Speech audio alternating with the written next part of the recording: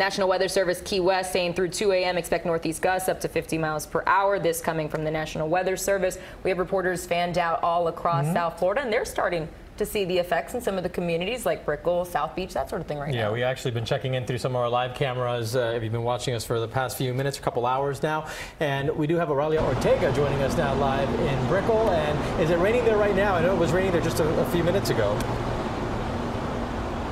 Yeah, it was raining probably 5-10 minutes ago, but it stopped completely all of a sudden. We felt the effects of those outer bands for the first time since we've been here. We've been here for about an hour and a half, and we've been feeling the wind come and go. We're at actually at Brickell Village, and you can see that this place is completely desolate tonight. And we've been seeing the wind pick up, and the caution tape has been moving, but now it's still.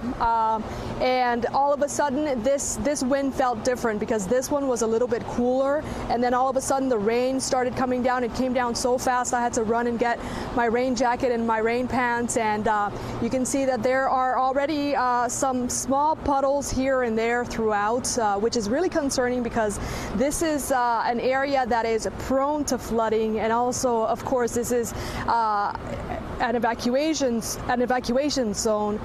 People have been asked to evacuate this area because there are a couple of concerns. Number one, the flooding. As I mentioned, this area is prone to flooding, and the other concern here are those cranes that you see right there.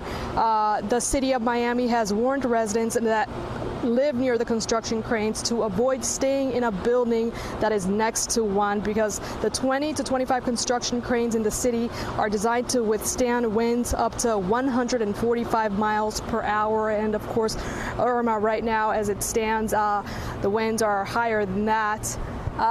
We can tell you that we have seen a few people here and there walking their dogs, people who have chosen not to evacuate the area, and they tell us they're not really that concerned because they're not next to one of those cranes.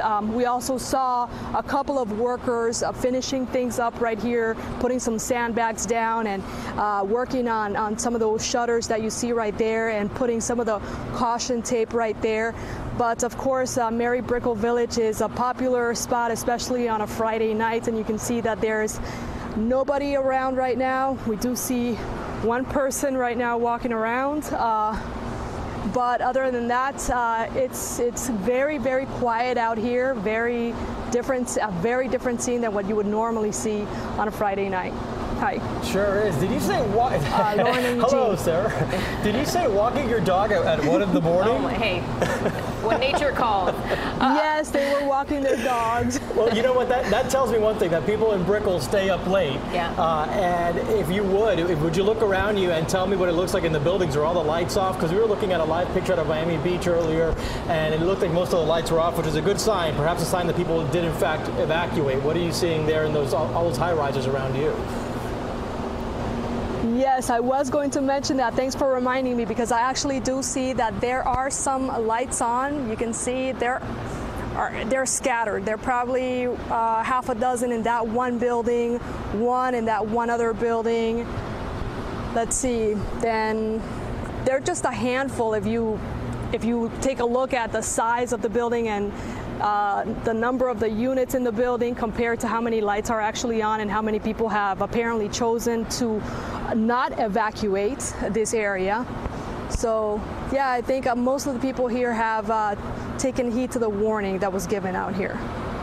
Oralia, you said that you spoke to some people who decided that they're going to ride it out, even though that particular neighborhood in Miami, the Brickell area, is part of the mandatory evacuation zone here in Miami-Dade County. They're saying that they're not too concerned. I know I've seen a lot of people on social media saying they're not going to evacuate because they have dogs, because it's so complicated to sort of do that.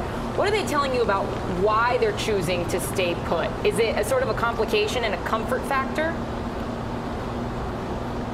Well, we didn't really get that much into it. They were just sort of like trying to walk their dogs and go back as soon as possible because it is kind of windy out here. The winds do pick up and it gets kind of scary when you think about your walking and there are cranes and there are power lines and such. And as a matter of fact, right now it's starting to sprinkle again. So not really sure why they've chosen to stay, but I would think that it is a comfort factor, and also maybe they don't want to go to a shelter, or maybe they don't have any friends or family to stay with either.